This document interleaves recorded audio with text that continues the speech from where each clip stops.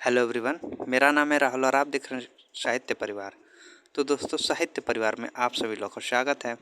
आज है क्लास 12। आज क्या है? क्लास 12 है।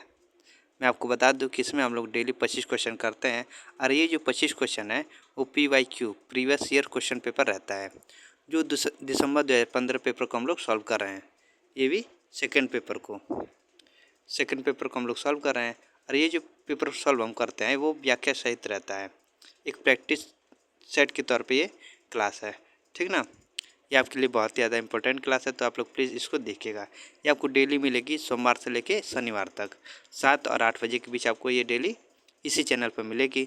अगर आपको कहानी की क्लास देखनी हो तो कहानी की प्लेलिस्ट लगी हुई है। आप लोग लगभग में मतलब कि सारी कहानी हो गई, 3-4 कहानी बाकी है, तो मैं इसी चैनल पर किसी दिन करा दूंगा, तो आप लोग कहानी को भी देख लीजिएगा। तो चलिए आज के क्वेश्चन को शुरू करते हैं।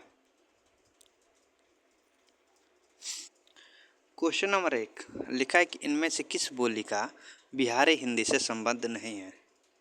किस बोली का जो है वो बिहारी हिंदी से संबंध नहीं है। ए अवधी, बी मगही, सी भोजपुरी, डी मैथिली। मतलब इनमें से किस बोली का बिहारी हिंदी से संबंध नहीं है। तो किस बोली का नहीं है? तो अवधी का नहीं है। ऑप्शन ए सही है, अवधी का नहीं है। देखो आगे लिखा भी होगा कि अवधी का संबंध बिहारी हिंदी से नहीं है। अवधी का जो संबंध है वो बिहारी हिंदी से नहीं है। तो अवधी का संबंध किससे है? वो पूर्वी हिंदी से है। अवधी का संबंध किससे? वो पूर्वी हिंदी से है। पूर्वी हिंदी से है। पूर्वी हिंदी में कौन कौन सी बोली आती है? पूर्वी हिंदी में कौन कौन सी बोली आती हैं? अवधी, बघेली, छत्तीसगढ़ी, जिसको हम ABC कहते हैं। ए से अवधी, बी से बघेली और सी से छत्तीसगढ़ी। तो अवधी मतलब किस उपभाषा की में आती है? तो वो पूर्वी हिंदी में आती है। क्वेश्चन नंबर 2 दोहा मूलतः किस भाषा का छंद है। दोहा मूलतः किस भाषा का छंद है? ए प्राकृत, बी अपभ्रंश, सी हिंदी और डी संस्कृत। तो इसका आंसर क्या होगा? तो दोहा मूलतः किस भाषा का छंद है? तो वो है अपभ्रंश भाषा का। ऑप्शन बी सही है दो का। दोहा या दुहा कहने से अपभ्रंश या लोक प्रचलित काव्य भाषा का बोध होता है, अतः यह मूलतः अपभ्रंश का छंद है। इसे लोक भाषा या देश भाषा भी कहते हैं, जबकि गाहा या गाथा कहने से प्रकृति का बोध होता है। गाहा या गाथा कहने से किसका बोध होता है? प्राकृत का। क्वेश्चन नंबर 3 हिंदी साहित्य का अतीत के लेखक हैं। हिंदी साहित्य के अतीत के लेखक कौन है? ए विश्वनाथ प्रसाद मिश्र, बी विश्वनाथ त्रिपाठी, सी श्याम सुंदर दास और डी गणपति चंद्र गुप्त। तो 3 का आंसर क्या होगा? तो 3 का आंसर हो जाएगा ऑप्शन ए विश्वनाथ प्रसाद मिश्र। हिंदी साहित्य का अतीत के लेखक कौन है? विश्वनाथ प्रसाद मिश्र। क्वेश्चन नंबर 4 संदेशऊ सविथरऊ हऊ कढ़ऊ अस्मथ्य भड़ पिय इकति बलिए वे भी समाड़ा हथ। उपयुक्त दोहा किसका है? मतलब ये दोहा ये किसका है? ए नरपति नाल का है, बी हेमचंद्र का है, सी अब्दुल रहमान का, डी सारंगधर का है। तो ये किसका है? तो यह है अब्दुल रहमान का। ऑप्शन सी सही है। किसका? अब्दुल रहमान का है। देखो यहाँ पे लिखा भी है कि उपयुक्त दोहा की पंक्ति देश भाषा में अब्दुल रहमान द्वारा लिखित प्रथम काव्य ग्रंथ संदेश राशक से लिया गया है। किसे लिया गया है? संदेश राशक से। किसका है? अब्दुल रहमान का। संदेश राशक पहला धर्मेत्री रास ग्रंथ है। क्वेश्चन नंबर 5 जो नर दुख में दुख नहीं माने, सुख सने और भय नहीं जाके, कंचन माटी जाने, इन काव्य पंक्तियों के रचनाकार हैं। ए सूरदास, बी गुरु नानक, सी कबीरदास और डी रैदास।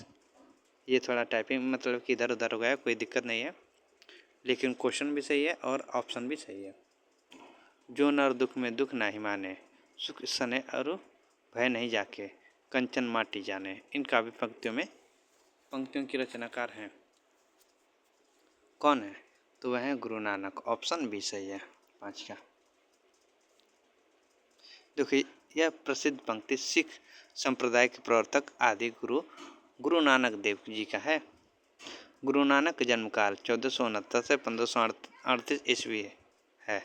इनकी प्रमुख रचनाएं कौन कौन सी? जपू जी, आसदी वार, रहीराज और सोहिला है।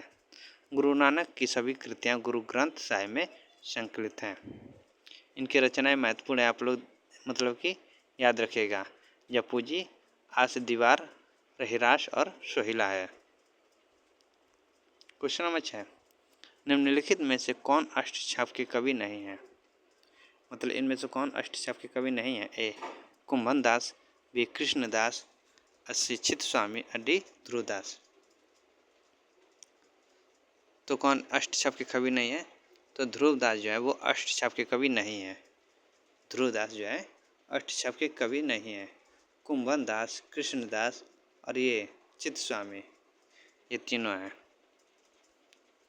देखो अष्टछाप कवियों को एक बार हम लोग याद कर लेते हैं। कुंभन दास, सूरदास, परमानंद दास और कृष्णदास, चार हैं। कुंभन, सूरदास, परमानंद दास, कृष्णदास, ये चार हैं किसके? बल्लवाचार्य के शिष्य हैं चारों। इनका जीवन काल क्या है? 1468 से 1583। कुंभन दास का जो जमुनावती उत्तर प्रदेश में इनका जन्म हुआ था। सूरदास का है 1478 से 1583 सी उत्तर प्रदेश में। परमानंद दास का है 1493 ईस्वी से कन्नौज उत्तर प्रदेश में।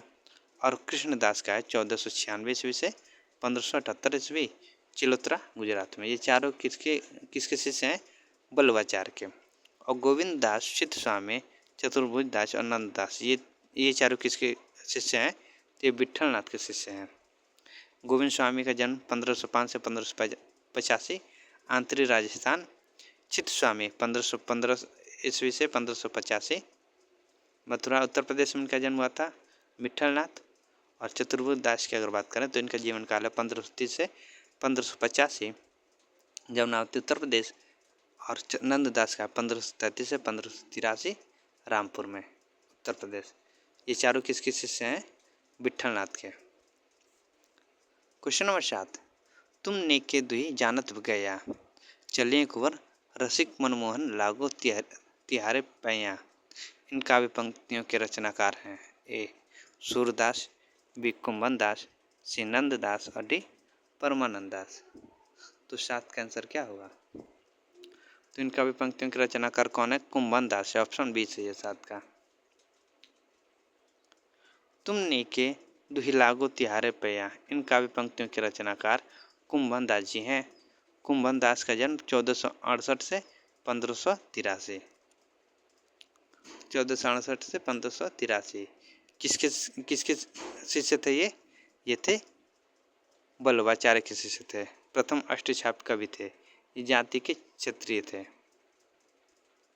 क्वेश्चन नंबर 8, निम्नलिखित में से कौन हनुमान चरित्र का रचयिता है? ए नाभादास, बी तुलसीदास, सी अग्रदास और डी रायमल पांडे। तो कौन इनमें से हनुमान चरित्र के रचयिता हैं? तो कौन है? तो वह है रायमल पांडे। ऑप्शन डी सही है 8 का। देखो रायमल पांडे की बात करें तो इनका काव्य ग्रंथ है हनुम चरित्र। 1639 ईस्वी में प्रकाशन हुआ था। नाभादास का काव्य ग्रंथ क्या है? रास पंचाध्यायी, सिद्धांत पंचाध्यायी। तुलसीदास का कवितावली 1578-1623। और अग्रदास की अगर बात करें तो ध्यान मंजरी है। फिर रामाध्यान मंजरी है और अष्टयाम या रामाष्टयान, ये किसका? ये अग्रदास का है। ध्यान मंजरी, रामाध्यान मंजरी और अष्टयाम या रामाष्टयाम, ये किसका है? ये अग्रदास का है। ललित लाम किसका ग्रंथ है? ए जसवंत सिंह, विभूषण, सी पद्माकर और डी मतीराम। ललित ललाम किसका ग्रंथ है? तो 9 का आंसर क्या होगा? तो 9 का आंसर हो जाएगा ऑप्शन डी मतीराम का। ललित ललाम किसका है? मतीराम का है। प्रबोध चंद्रोदय जसवंत सिंह का है। शिवराज भूषण ये भूषण का है। और पद्माभरण ये पद्माकर का है। हिंदी साहित्य का इतिहास जो आचार्य रामचंद्र शुक्ल का ग्रंथ है। ललित ललाम किसका? मतीराम का। प्रबोध चंद्रोदय जसवंत सिंह का है। शिवराज भूषण ये भूषण का है। और पद्माभार ये पद्माकर का है। डेल साहब बनाए आए मेलत, सभा के बीच लोगन कवित्व की वो खिल कर जानो है। ये काव्य पंक्तियाँ किसकी है? ए आलम की, बी बोधा की, सी ठाकुर की, डी द्विजदेव की। तो किसकी है? क्वेश्चन नंबर 10 का आंसर क्या है? तो ये जो काव्य पंक्तियाँ वो है ठाकुर की। ऑप्शन सी से है 10 का। डेल से बनाए फिर डैश डैश डैश कर जानो है। उपयुक्त पंक्तियाँ रीतिकालीन रीतिमुक्त काव्यधारा के कवि ठाकुर की है। इनका जन्म 1766 से 1823 ईस्वी है। ये रीतिकालीन कवि थे और रीतिमुक्त काव्यधारा के कवि थे। क्वेश्चन नंबर 11, निम्नलिखित में से कौन सा लेखक भारतेंदु मंडल का नहीं है? निम्नलिखित में से कौन सा लेखक जो है वो भारतेंदु मंडल का नहीं है? ए प्रताप नारायण मिश्र, बी बद्री नारायण चौधरी प्रेमघन, और सी बालकृष्ण भट्ट, और डी राजा लक्ष्मण सिंह। क्वेश्चन नंबर 11 का आंसर क्या होगा? तो क्वेश्चन नंबर 11 का आंसर होगा ऑप्शन डी, राजा लक्ष्मण सिंह जो है वो भारतेंदु मंडल का नहीं है, मंडल के लेखक नहीं है। देखो, प्रताप नारायण मिश्र 1856 से 1694 ईस्वी में मतलब जन्म दिया गया कि प्रताप नारायण मिश्र 1856 से 1894, बद्री नारायण चौधरी या प्रेमगन 1855 से 1923, बालकृष्ण भट्ट 1844 से 1914 और बालकृष्ण दास 1865 से 1907 इत्यादि भारतेंदु मंडल के लेखक हैं। जबकि राजा लक्ष्मण सिंह 1826 से 1896 ये भारतेंदु मंडल के कवि नहीं हैं। भारतेंदु मंडल के लेखक कौन कौन है? प्रताप नारायण मिश्र, बद्री नारायण चौधरी, बालकृष्ण भट्ट और राधा कृष्ण दास। रस कलश किसकी रचना है? रस कलश किसकी रचना? ए श्रीधर पाठक, बी अयोध्या सिंह उपाध्याय हरिऔध, सी गया प्रसाद शुक्ल सनेही, और डी मैथिली शरण गुप्त। मैथिली शरण गुप्त। तो 12 का आंसर क्या होगा? रस कलश किसकी रचना है? तो वह अयोध्या सिंह उपाध्याय हरिऔध की रचना है। प्रकाशन वर्ष क्या? 1931। रस कलश की प्रकाशन वर्ष क्या है? 1931 है। देखो, रस कलश 1931 किसका है? अयोध्या सिंह उपाध्याय हरिऔध का है। गुणवंत हेमंत सन 1900 प्रकाशन वर्ष है। किसका है? श्रीधर पाठक का है। भारत भारती 1912 ईस्वी किसका? मैथिली शरण गुप्त का है। देखो, भारत भारती पे इनको राष्ट्रीय कवि का दर्जा मिला था, मैथिली शरण गुप्त को भारत भारती पे। तो भारत भारती का प्रकाशन वर्ष क्या? 1912 है। किसका? मैथिली शरण गुप्त का। और प्रेम पचीसी ये गया प्रसाद शुक्ल सनेही का है। हरिऔध श्रीधर पाठक तथा मैथिली शरण गुप्त आदि द्विवेदी मंडल के कवि हैं। मतलब हरिऔध, श्रीधर पाठक तथा मैथिली शरण गुप्त ये तीनों क्या? ये द्विवेदी मंडल के कवि हैं। जबकि गया प्रसाद शुक्ल सनेही द्विवेदी मंडल के बाहर के कवि हैं। क्वेश्चन नंबर 13, निम्नलिखित पंक्तियों किस कवि की हैं? क्या कहा मैं अपना खंडन करता हूँ, ठीक तो है, ठीक है तो मैं अपना खंडन करता हूँ, मैं विराट हूँ, मैं समूहों को सोमय हूँ। ए जयशंकर प्रसाद, बी सुमित्रानंदन पंत, सी सूर्यकांत त्रिपाठी निराला, और डी रामधारी सिंह दिनकर। ये पंक्ति किस कवि की है? तो यह है सूर्यकांत त्रिपाठी निराला की है। ऑप्शन सी सही है 13 का। देखो, यहाँ पे लिखा भी है कि क्या कहा मैं समूहों को समय हूँ। यह पंक्ति प्रमुख छायावादी कवि सूर्यकांत त्रिपाठी निराला 1899 से 1961 इनका जीवन काल था। इनकी प्रमुख रचनाएं अनामिका 1923, परिमल 1930, गीतिका 1936, तुलसीदास 1942, कुकुरमुत्ता 1942, अड़िमा 1943, वेला 1946, नैपथ्य 1946, अर्चना 1950, आराधना 1953, गीत गुंज 1954 तथा सांध्य कली 1969। ये किसकी रचना है? ये सूर्यकांत त्रिपाठी निराला जी की रचना है। क्वेश्चन नंबर 14, आज मैं अकेला हूँ, अकेला नहीं जाता जीवन मिला है। अकेला रहा नहीं जाता जीवन मिला है, यह रतन मिला है। यह उपयुक्त काव्य पंक्तियाँ किस कवि की है? ए त्रिलोचन की, बी केदारनाथ की, सी नागार्जुन की और डी रघुवीर सहाय की। तो ये किसकी पंक्तियाँ हैं? 14 का आंसर क्या होगा? तो ये त्रिलोचन की पंक्तियाँ, ऑप्शन ए से है 14 का। आज मैं अकेला डैश डैश डैश मिला है, यह उपयुक्त काव्य पंक्ति छायावादोत्तर काल के प्रगतिवादी कवि त्रिलोचन सिंह। त्रिलोचन का जन्म हुआ था 1917 से और 2007 तक इनका जीवन काल था। इनकी प्रमुख रचनाएं हैं धरती 1945 ईस्वी, गुलाब बुलबुल 1956, दिगंत 1957, ताप के ताए हुए दिन 1980, शब्द 1980, उस जनपद का कवि हूँ 1981, अर्घान 1984, तुम्हें सौंपता हूँ 1985, फूल नाम है एक 1985, अनकही भी कुछ कहानी है 1986 इत्यादि त्रिलोचन की काव्य कृतियाँ हैं। क्वेश्चन नंबर 15 में लिखा है कि निम्नलिखित में से महावीर प्रसाद द्विवेदी का कथन कौन सा है? ए में लिखा है कि भाषा संसार का नादमय चित्र है, ध्वनिमय स्वरूप है। बी में एक मनुष्य की मुक्ति की तरह कविता की विमुक्ति होती है। सी में लिखा है कवित्व को आत्मा की अनुभूति कहते हैं। और डी में कि अर्थ स्वरा से ही कविता का प्राण है। इनमें से कौन सा आंसर जो है सही है 15 का? तो 15 का ऑप्शन डी सही है, अर्थ स्वरस से ही कविता का प्राण है। यहाँ पे डी है ना। क्वेश्चन नंबर 16 पर चलते हैं। लिखा है कि निम्नलिखित में से किस उपन्यास को स्त्री लेखन का प्रस्थान बिंदु माना जाता है? ए मित्रों मर जाने, बी कठगुलाब, सी आवान और डी चाक। किस उपन्यास को स्त्री लेखन का प्रस्थान बिंदु माना जाता है? तो किसको माना जाता है?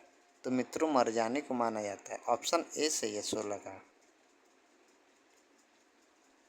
कृष्णा शिववती द्वारा लिखित प्रथम उपन्यास मित्रों मर जाने 1967 ईस्वी इसका प्रकाशन वर्ष है। मित्रों मर जाने को हिंदी साहित्य के उपन्यास विधा में स्त्री लेखन का प्रस्थान बिंदु माना जाता है। आह्वान 1999 में किसका है? चित्रा मुदगल का है। कठगुलाब 1996, मृदुला गर्ग का है। और चाक 1997। ये मैत्री पुष्पा के उपन्यास हैं। क्वेश्चन नंबर 17, निम्नलिखित में से दो समानांतर कथा प्रसंगों पर चलने वाला शंकर शेष का नाटक है।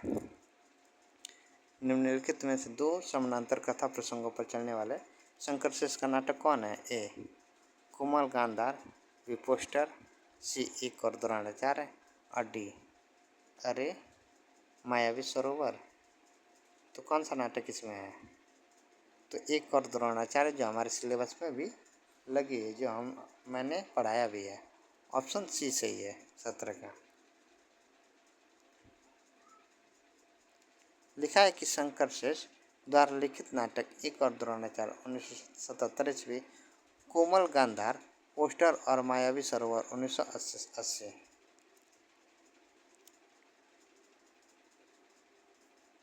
एक और द्रोणाचार्य दो समानांतर कथा प्रसंगों पर चलने वाला नाटक है। महाभारत कालीन द्रोणाचार्य का पौराणिक मिथकीय चित्रण है।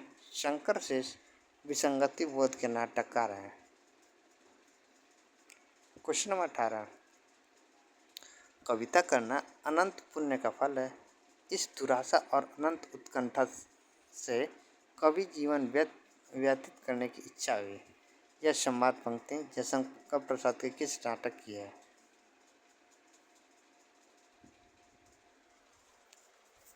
ध्रुव सामने, बी ए चंद्रगुप्त, बी ध्रुव सामने, सी स्कंदगुप्त और डी राजश्री।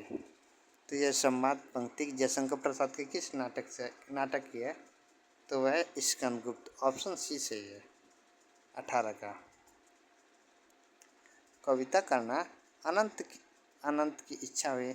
उपयुक्त संवाद कविता करना फिर डैश डैश डैश अनंत की इच्छा हुई। उपयुक्त संवाद पंक्ति जयशंकर प्रसाद द्वारा रचित नाटक स्कंदगुप्त 1928 में वर्णित है। चंद्रगुप्त की अगर बात करें तो इसका प्रकाशन वर्ष 1931 है और ध्रुव स्वामी का है 1933 और राजश्री का है 1915 ईस्वी। आदि प्रसाद के नाटक हैं। प्रसाद एक ऐतिहासिक नाटककार है। Question number 19। ठेस कहानी के लेखक हैं ए अज्ञे, बी फणीश्वरनाथ रेणु, सी अमरकांत और डी मोहन राकेश। ठेस कहानी के लेखक कौन है? तो वह है फणीश्वरनाथ रेणु, ऑप्शन बी सही है। ठेस फणीश्वरनाथ रेणु, कवि प्रिय सच्चिदानंद हीरानंद वात्स्यायन आज्ञे, मलबे का मालिक किसका है? मोहन राकेश का और इंटरव्यू अमरकांत। ठेस कौन पहुँचाता है? मतलब कि ट्रिक एक बता रहे हैं। ठेस कौन पहुँचाता है? फणीश्वरनाथ रेणु जी पहुँचाते हैं, ठेस पहुँचा देते हैं। कवि प्रिय सबको प्रिय कौन है? आज्ञे हैं। मलबे का मालिक कौन है? मोहन जी है। और इंटरव्यू कौन कराते हैं? अमरकांत कराता है। ठीक ना। तो ये इस प्रकार से थोड़ा अपने हिसाब से टिक बना के आप लोग याद कर सकते हैं ऐसे ऐसे कहानी को। Question number 20। निम्नलिखित में से कौन सी कृति आई रिचर्ड्स की नहीं है? इनमें से कौन सी कृति आई रिचर्ड्स की नहीं है? A principle of literary criticism, B में the philosophy of rhetoric, C में कल्चर एंड अनार्की और डी में इंटरप्रिटेशन इन टीचिंग। तो 20 का आंसर क्या होगा? तो 20 का आंसर हो जाएगा option C culture and anarchy. The principles of literary criticism 1924, practical criticism 1929 और साइंस एंड पोइट्री 1926 ईस्वी, द फिलोसफी ऑफ रेटरिक 1936 ईस्वी, इंटरप्रिटेशन इन टीचिंग आदि आई ए रिचर्ड्स 1893 से 1979 इनका जन्मदिन है की रचना है। जबकि कल्चर एंड अनार्की 1869 ईस्वी में मैथ्यू अर्नाल्ड की रचना है। देखो इनकी रचना कौन कौन सी है? आई रिचर्ड्स की the principles of literary criticism 1924, practical criticism 1929 और साइंस एंड पोइट्री 1926 और the philosophy of rhetoric 1936। Interpretation in teaching आदि किसकी रचना है? वो है आई रिचर्ड्स की है। जबकि कल्चर एंड अनार्की किसकी है? ये मैथ्यू अर्नाल्ड की है। क्वेश्चन नंबर 21 है कि रचनाकाल की दृष्टि से निम्नलिखित कृतियों का सही अनुक्रम है। रचनाकाल की दृष्टि से सही निम्नलिखित कृतियों का सही अनुक्रम कौन सा है? तो ऑप्शन ए होगा, दोहा कुश पहले होगा, श्रावकाचार होगा, संदेश रास होगा, कृति लता होगा। और क्या होगा? कृति लता होगा। तो ऑप्शन ए से 21 का। दोहा कुश किसका है? सरहपा का है। उसके बाद श्रावकाचार किसका? जैन आचार्य देवसेन का है। संदेश रासक अब्दुल रहमान का और कृति लता विद्यापति का है। दोहा कोश के संपादन डॉक्टर प्रबोध चंद्र बागची ने किया। रचनाकार कौन है? सरापा, लेकिन संपादन किसने किया? वो प्रबोध चंद्र बागची ने किया। Question number 22। रचनाकाल के अनुसार निम्नलिखित कवियों का सही अनुक्रम कौन सा है?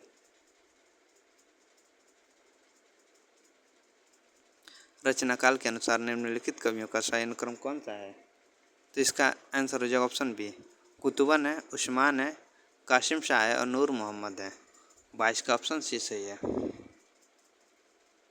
रचना काल के अनुसार कवियों के जीवन काल के सही अनुक्रम है कुतुबन 1567 से 1689, उसके बाद उस्मान है, उसके बाद कासिम शाह तथा नूर मोहम्मद है। Question number 23। रचना काल के अनुसार निम्नलिखित काव्य कृतियों का सही क्रम है। रचना काल के अनुसार निम्नलिखित काव्य कृतियों का सही अनुक्रम कौन सा है? तो इसका आंसर होगा ऑप्शन ए, ललित ललाम, भाव विलास, श्रृंगार निर्णय और जगत विनोद। तो इसका ऑप्शन ए सही है। ललित ललाम 1664 किसका है? मतीराम का है। भाव विलास किसका है? 1689 देव का है। और श्रृंगार निर्णय 1750 भिखारी दास का। और जगत विनोद ये पद्माकर भट्ट का है। देखो, महाकवि देव का मूल नाम देवदत्त है। देव आचार्य और कवि दोनों रूपों में प्रसिद्ध हैं। क्वेश्चन नंबर 24, जन्म काल के अनुसार निम्नलिखित कथाकारों का सही अनुक्रम है। जन्म काल के अनुसार निम्नलिखित कथाकारों का सही अनुक्रम कौन सा है? तो इसका आंसर हो जाएगा ऑप्शन डी, भगवती चरण वर्मा, जैनेन्द्र, हजारी प्रसाद द्विवेदी और अमृतलाल नागर। भगवती चरण वर्मा का बात करें तो 1903 से 1981, जैनेन्द्र 1905 से 1988 और हजारी प्रसाद द्विवेदी 1907 से 1971 और अमृतलाल नागर 1916 से 1990। तो यह है प्रकाशन वर्ष। और आज का अंतिम क्वेश्चन है कि प्रकाशन वर्ष के अनुसार निम्नलिखित कहानियों का सही अनुक्रम है। प्रकाशन वर्ष के अनुसार निम्नलिखित कहानियों का सही अनुक्रम है। तो इनमें से कौन सा ऑप्शन सही है? तो इसमें से ऑप्शन बी से इंदुमती, उसने कहा था, मकरील और कफन। 25 का ऑप्शन बी सही है। इंदुमती सन 1980 किसका है? किशोरी लाल गोस्वामी का है। उसने कहा था 1915 किसका है? चंद्रधर शर्मा गुलेरी का है। मकरील किसका? 1914। प्रकाशन वर्ष 1914 यशपाल का है। कफन किसका? 1936 प्रेमचंद का है। तो इंदुमती सन 1900, उसने कहा था 1915, मकरील 1934 और कफन 1936। इंदुमती किसका है? किशोरी लाल गोस्वामी का है। उसने कहा था किसका? चंद्रधर शर्मा गुलेरी का है। मकरील यशपाल का है। कफन प्रेमचंद का है। आचार्य रामचंद्र शुक्ल इंदुमती को 1900 ईस्वी में प्रकाशित हुई थी, उसको हिंदी साहित्य की प्रथम कहानी मानते हैं। कौन मानते हैं? शुक्ल जी इंदुमती को हिंदी साहित्य का प्रथम कहानी मानते हैं। तो ये थे आज के 25 क्वेश्चन। अगर अच्छा लगा तो प्लीज़ आप लाइक करिएगा, सब्सक्राइब करिएगा। मैं ऐसे और क्वेश्चन लेकर आता रहूँगा जो आपके लिए बहुत ही ज़्यादा महत्वपूर्ण रहेगा। तो आज के लिए इतना ही, धन्यवाद।